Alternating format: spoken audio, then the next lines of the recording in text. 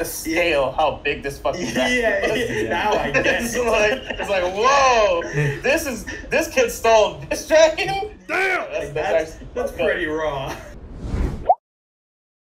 There's actually a moment in this episode where, or in the previous episodes where, Sir Christian is actually called Sir Crispin by Damien.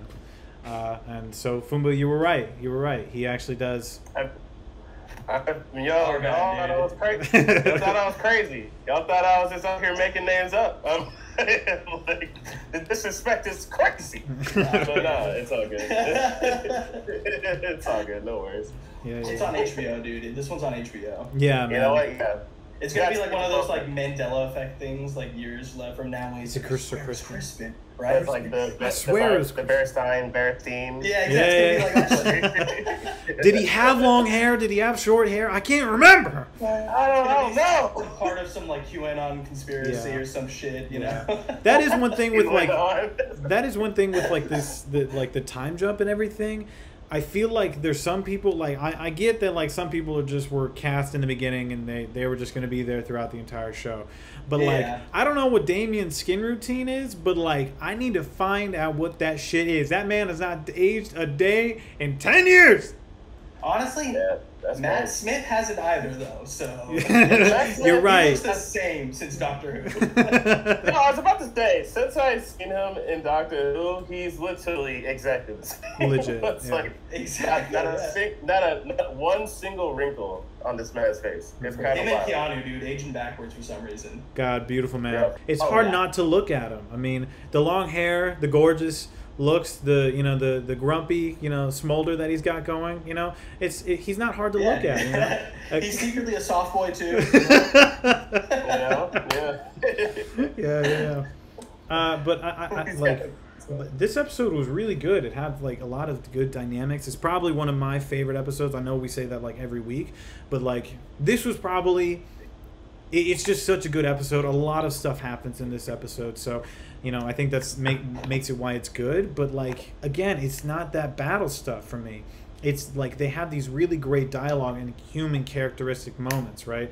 At the end of the day, it's a family that's falling apart, right? And we're able to see it as a family moment, and how it's going to ripple effect to causing thousands of people to die. So it's really interesting to watch this car crash just kind of unfold in front of you, And this episode really was like one of those definitive like episodes in my opinion, What about you guys? What about you guys?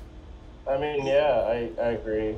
I think that early on we already saw that in the previous recording we talked about lines being drawn in the sand at the end. I honestly thought it was drawn right in the beginning. It was immediate. It was because you can see that the Valyrians were talking mad trash about the Targaryen bloodline. Yeah. They're saying Targaryens fall apart. We transcend that, and just Damien's response is just to laugh.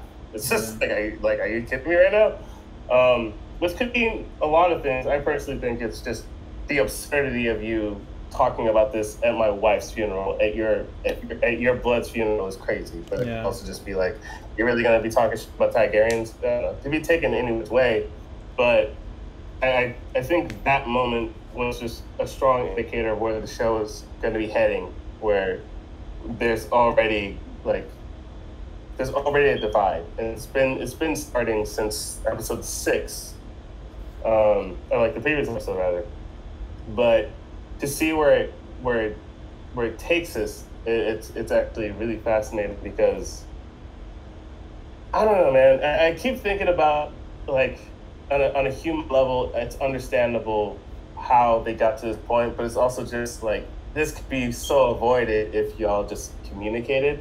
But because so much bad blood has happened, they're beyond they're past the point of talking this out. It's no, we have to just battle this out at this point. So I genuinely really liked how it transpired. I'd like to get more into it, obviously. The more we talk about it, but yeah, I genuinely like this episode. I think this is probably like you said, Eddie, each episode gets better from the last, and I'm just genuinely excited to see where they're gonna go from here. Yeah. What about you, Abhi? What do you think, bro? Yeah, I thought it was a great episode. Narratively, definitely one of my favorites. In terms of just like where the series is going from here, like they really integrated like the purpose of the kids so much like better than I thought they would, like so quickly. And you just get to see like the passage of like just that hatred and everything goes into their kids, and it just like continues that cycle. Yeah. Yeah, I thought it was a really cool episode. I did think the CG with the kid riding the dragon looked like terrible sometimes. Yeah. But once again, yeah, it was like, I don't know, like the up close face shots of the dragon look so those are amazing. fucking good, right? And I think it's only when you put a human on a dragon. Yeah, It's like I was like, this looks so bad. For the wide shots aren't even that bad. It's literally the shots where he's like on the dragon itself. It's like he's riding the dragon with it, right? And that's the part where it's like the shot you got in the camera with him riding it versus the wide shots you have of the CG. They don't look the same, right? You know? Exactly. Yeah, it just felt inconsistent there, but yeah. I don't really give a shit that much about like CG at this point, you know? It just like sometimes it works, sometimes it doesn't. They need to be paid more anyways, you know? Like that's fine. Like narratively, it was fucking awesome. Yeah. I love how that entire scene ended with just a bunch of kids fighting. I thought that was hilarious. Like he stole a dragon, and a bunch of kids just start kicking the shit out of each other. Beat the shit out of this kid, dude. It's ridiculous. Like it was like hysterical. Like, that's just what it comes down to at the end of the day, you know? Yeah. Like, everyone's just going to be fighting, whether that's the parents or the kids. It's just a shit show all around. Yeah. And also, like, this guy, that Targaryen kid was so fucking nice. He was so nice. And then he gets on this big fucking dragon, the biggest one there is. Yeah. I mean, and that's what they do a good job in this episode. They give you a good job of, like, how big this freaking thing is. This is a lizard. Oh, yeah. It's that was huge, right? Scale. Yeah. Crazy. Dude, I did not think it was that big in the last episode when it was when it burnt like Laenor's sister. Yeah.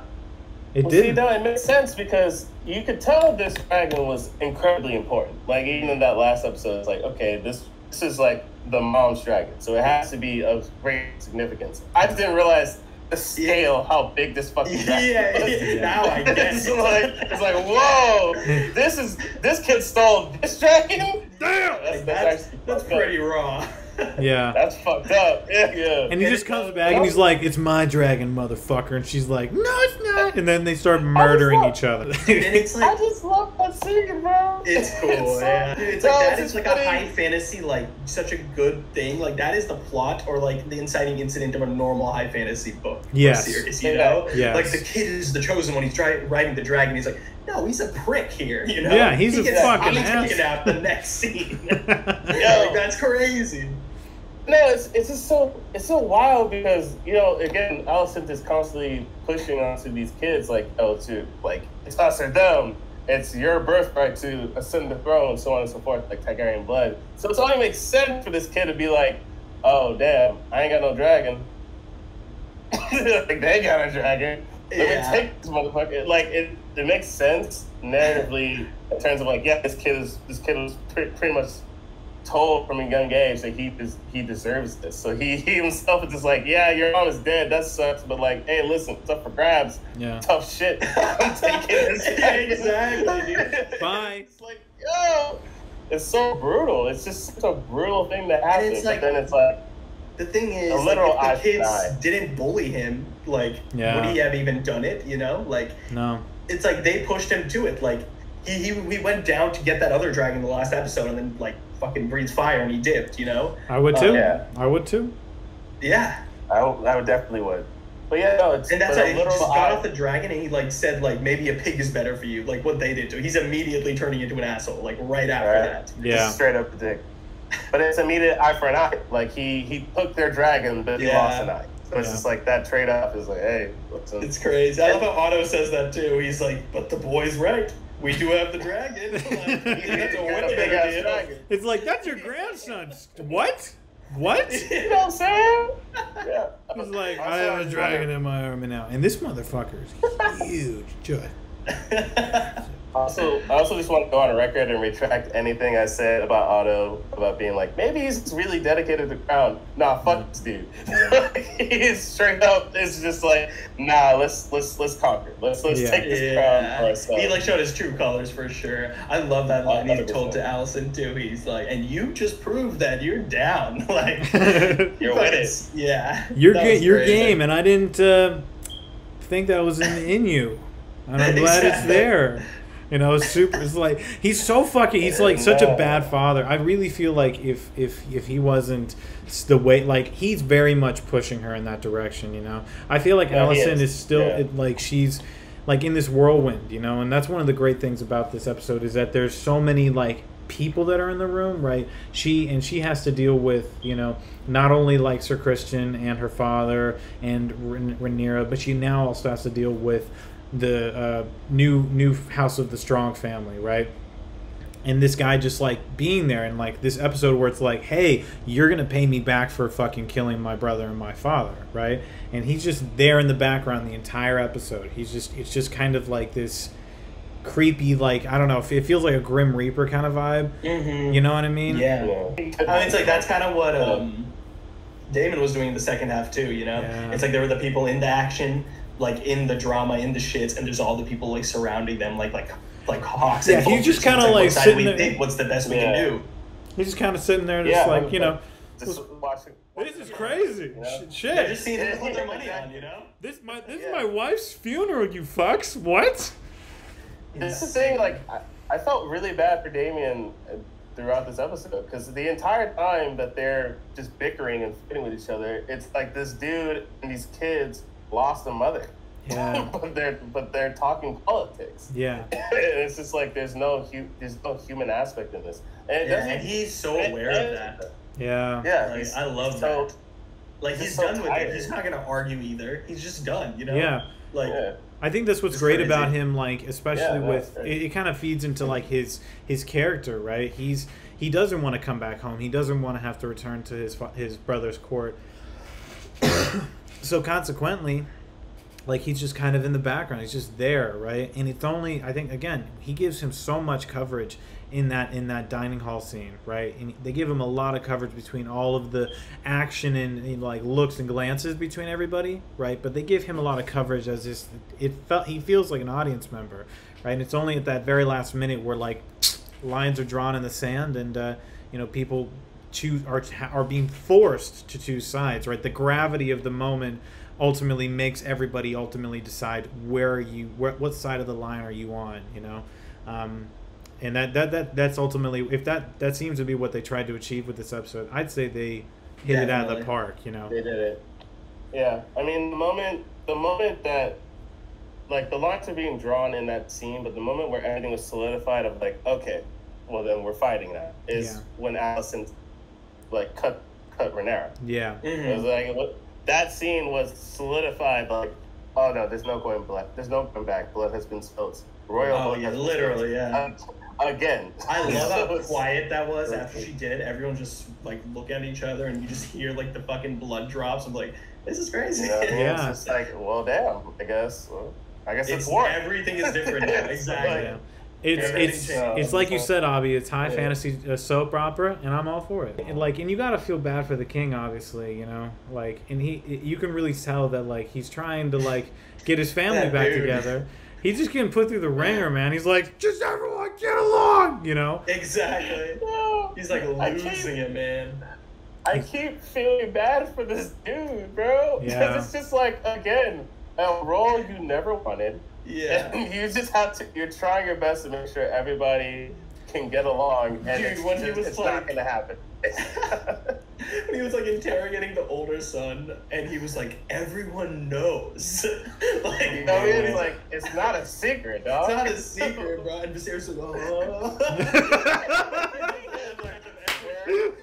Everybody knows. This is the funniest shit, dude. He just completely sidesteps it. He's just like, all right, y'all need to stop this shit. Exactly. And come together. He's like, never, just stop talking. You know what I mean? Well, what I think was brilliant about that, right, is that it really puts Rhaenyra into this just nasty frickin' corner, right? Mm-hmm. So, like, when when she's just standing there, you really think that her honor by the end of this episode, by the end of this scene, is going to be broken, right? She's going to be found out, essentially, right? And the way, they upped the ante, right? The only way that she was going to get out of it is something bigger and worse fucking happens, right? Allison, charging at her is that very moment, right? And consequently, because her wrist is slit, right? That's an offense greater than some like meaningless. It completely defeats what the accusation was even there for to begin with, rather. So like her cutting him is just like this bit. The whole thing is just, it gets her out of it, and I think that's what's so freaking good about that scene is it makes you like, all right, she's screwed. There's no way she's gonna get out of this, right? But she's still able to walk out with her honor by the end of the scene, and that's just insane. Well, even before that, I think it's just like the fact that she even requested like, I want her son's eye.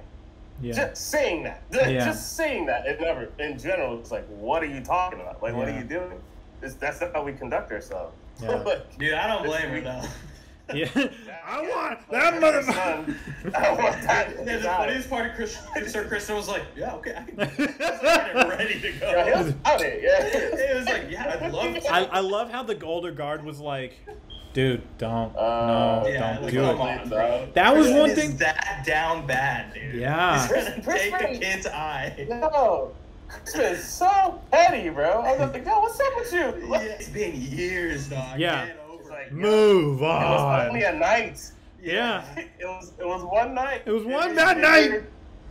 And like, it was fucked up, but dude, go do your thing. Do what you need to do. You gotta get married. Find somebody. Settle down. Get a better haircut. Like these are things.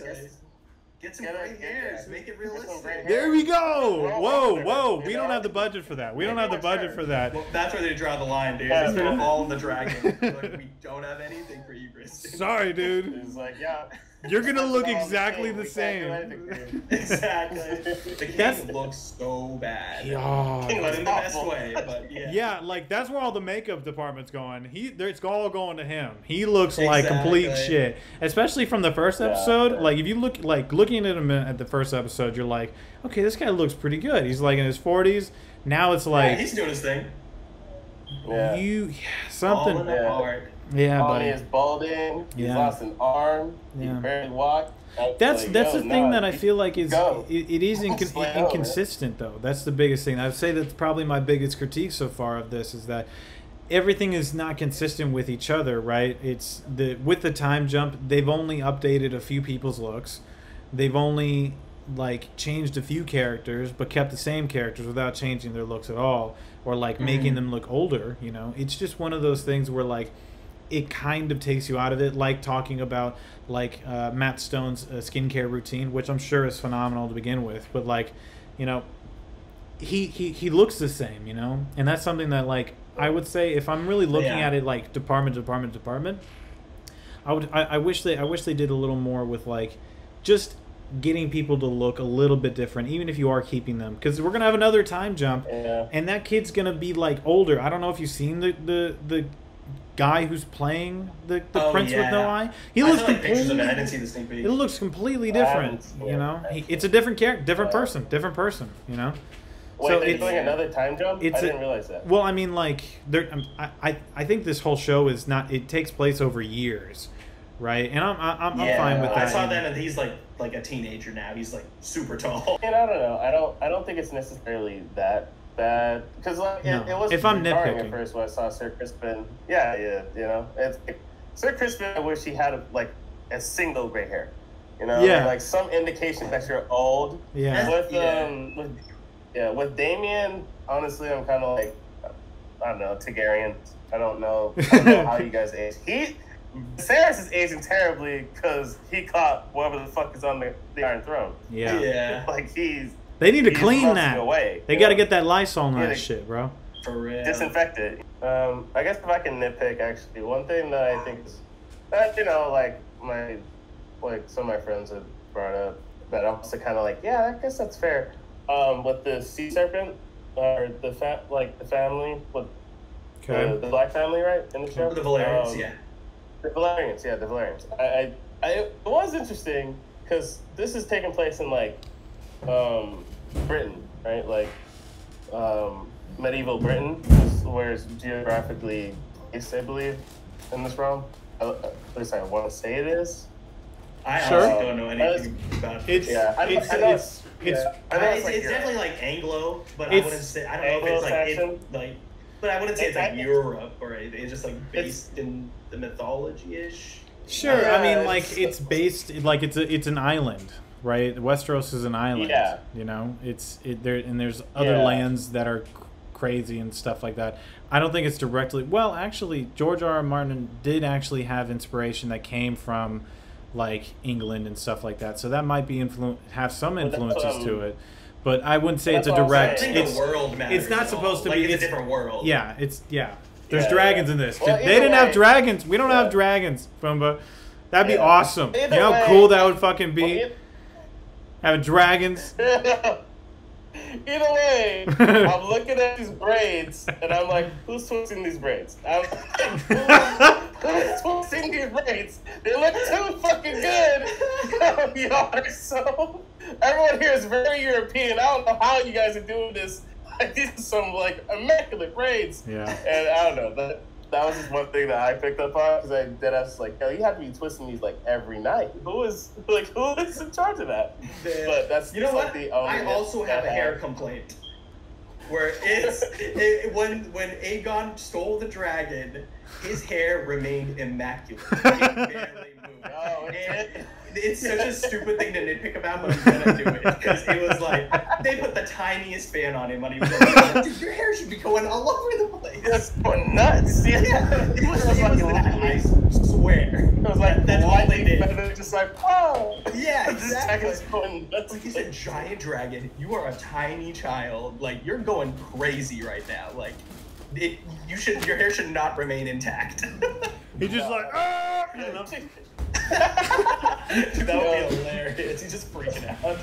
Yeah, exactly. Oh god. He's like, shit, this is terrible. I'd be like, where's the seat? I was thinking the entire time, where's the seatbelt on this fucking thing? Like, how are you supposed to stay on this thing? How are you standing so casually on this dragon? Yeah, he has like slippery ass gloves, and he's like hanging on as if it's like not a big deal.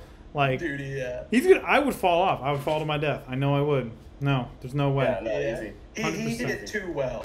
I wanted to see him like start on the back and like go off to the tail, you know. He's like bouncing on it. Exactly. Dude's got to struggle a bit, dude. Yeah, man. Absolutely, absolutely. So, what do you guys think about Rhaenyra and Alicent? Right, the big line in the sand has obviously been drawn. I would say we have now entered the era of the blacks versus the greens. Right, blacks being Rhaenyra's team and greens being Alicent's team. Which side do you guys think are you? What we got to draw a line in the sand. What team are you rooting for? All right. Abhi, I got a feeling I know what Abhi's is. I have to say they humanized Rhaenyra so well in this episode. Yeah. Where like I thought she was getting like crazy sociopathic in the last couple episodes and stuff, but like she like really was humanized in this one, so it makes it hard for me now. Yeah. Because like I was really not with Rhaenyra at all the last 2-3 episodes, and now like I'm kind of with it again, but also like. Come on, dude. Just don't fall in love with your uncle. Come on. Like, come on. Like, it's just so weird. So. Was anybody else thinking when they were. On principle. On principle! On principle, that's right. I respect it, man. I respect it. I respect 100%. Yeah. Fumbah, where are you landing, bro? Where are you landing? Yeah. No, man, this show is a roller coaster when it comes to like my allegiance. I'm not even gonna hold you. I was there with Abhi. I was like, yeah, I don't know about you, Rhaenyra. I'm like, you're kind of sketchy right now. Yeah, man. But then like. Even at the end, but the end of the last episode, I was looking at Allison like, "What the fuck? What are you doing? Like, why would you do that?" Yeah. And then this episode, it's just, yeah, I don't. The ethics of Allison's team, or even Allison herself, the ends don't justify the means. You know, whatever you deem to be immoral, and even if it may rightfully be. you are not the one to judge that. is my thing, and for you to do it without any sense of, I don't know, for you to act out your own sense of justice without looking at yourself objectively is the hypocrisy of it all. But you're being backed by Otto Hightower and this shadow demon man who was whistling in your ear like, yeah, I'll kill people for you, easy, So it only makes sense. But I think by default I have to side with Rhaenyra, because even though her actions may be murky, it's always for the best of intentions. Right. At least of right now, where like she did what Alicent didn't do, where Alicent followed through, made a mistake, and cost the lives of 2 men. Yeah. Rhaenyra, when selfishly acted out and trying to be with her uncle, which is crazy, but spared the life of her husband and allowed him to find happiness with another man. So I mean, it's like, of course I'm going to side with Rhaenyra, who is like more empathetic than you. Yeah. As of right now, as of we see today. But so are you saying Rhaenyra? Are you saying Rhaenyra? Or is your vote for Rhaenyra? This is so difficult for both you guys. You're like, I gotta really look at this one. No, it's true. Like they're doing a very good job with it. I'm gonna be honest with you. I've always been a little bit more on Rhaenyra's side, just because the king is saying, no, I gave this to you. This is yours, right? So like on that principle, I've always been a little bit more Rhaenyra. After seeing this, Alicent is batshit crazy to me. Like she is, she's not. Like, and the thing is that like she lost her cool. And because of that, like, if she had just taken a moment and actually looked at what just happened, morally speaking, who has the higher ground with the king at this moment? Not the one that has a son with no fucking eye, right? She's on the higher seat morality, right? And she just focused on getting the attention on Rhaenyra. The scene would have been a completely different, right? You would have ultimately probably sided with Alicent, right? Her son's eye was just cut out by one of her children, right? Something has to be done. Something has to be punished, right? But instead of like getting his ear, I don't know, in private, she like makes it all about her, and consequently, the whole scene crumbles to her ultimately slitting Rhaenyra's wrist. So for me, it's got. I'm definitely on the side of Rhaenyra. Although I will say that wedding scene was hella weird. Was I the only one that was thinking like when you were cutting your lip, like that looked like it really hurt? Like, oh yeah, it looked like a paper clip on your like a paper cut on your lip. That's no, that looks like it really. That's gonna take a while to heal. Fuck. Yeah, that's just gonna cauterize. Like, hey, dude, they're Targaryens. They're into that shit. That shit's weird, man. Yeah, they're weird. They're weird. Also, the blood oath is just a weird thing to me. It's just like, no, that's crazy. You didn't have to mix your blood like like that. The costuming for that scene definitely reminded me of like Avatar: The Last Airbender. Like I felt like I was in Fire Nation. You know what I mean? Like the costuming was it didn't look very Game of Thronesy to me. It looked more like I was in Avatar all of a sudden. So that was kind of an interesting moment. That whole wedding scene I felt was just weird. Because like, it was weird, like it's like my mom just died and you're getting married to my aunt. What? I was about to say, dude, like the kids look so confused. They were just like, "That's wild that this is happening." Yeah. Yeah. Did that happen like immediately after? Dude, it was so fast. That was immediately after the funeral. Like, did they just like? Okay. I'm just wondering if they did like specify the time jump there was, or like there was no segue. It's like next morning we wake up and get a let's do this. We'll take no time. Like probably the craziest 24 hours in this universe so far. Yeah, hands down. With that being said, I would say these guys are doing a lot better, and that's Talk Dragon to me, everybody. If you guys like this kind of comment, subscribe, and also, what team are you on? Are you on Team Black or are you on Team Green? Like and comment down below. Peace, everybody. Great. All right.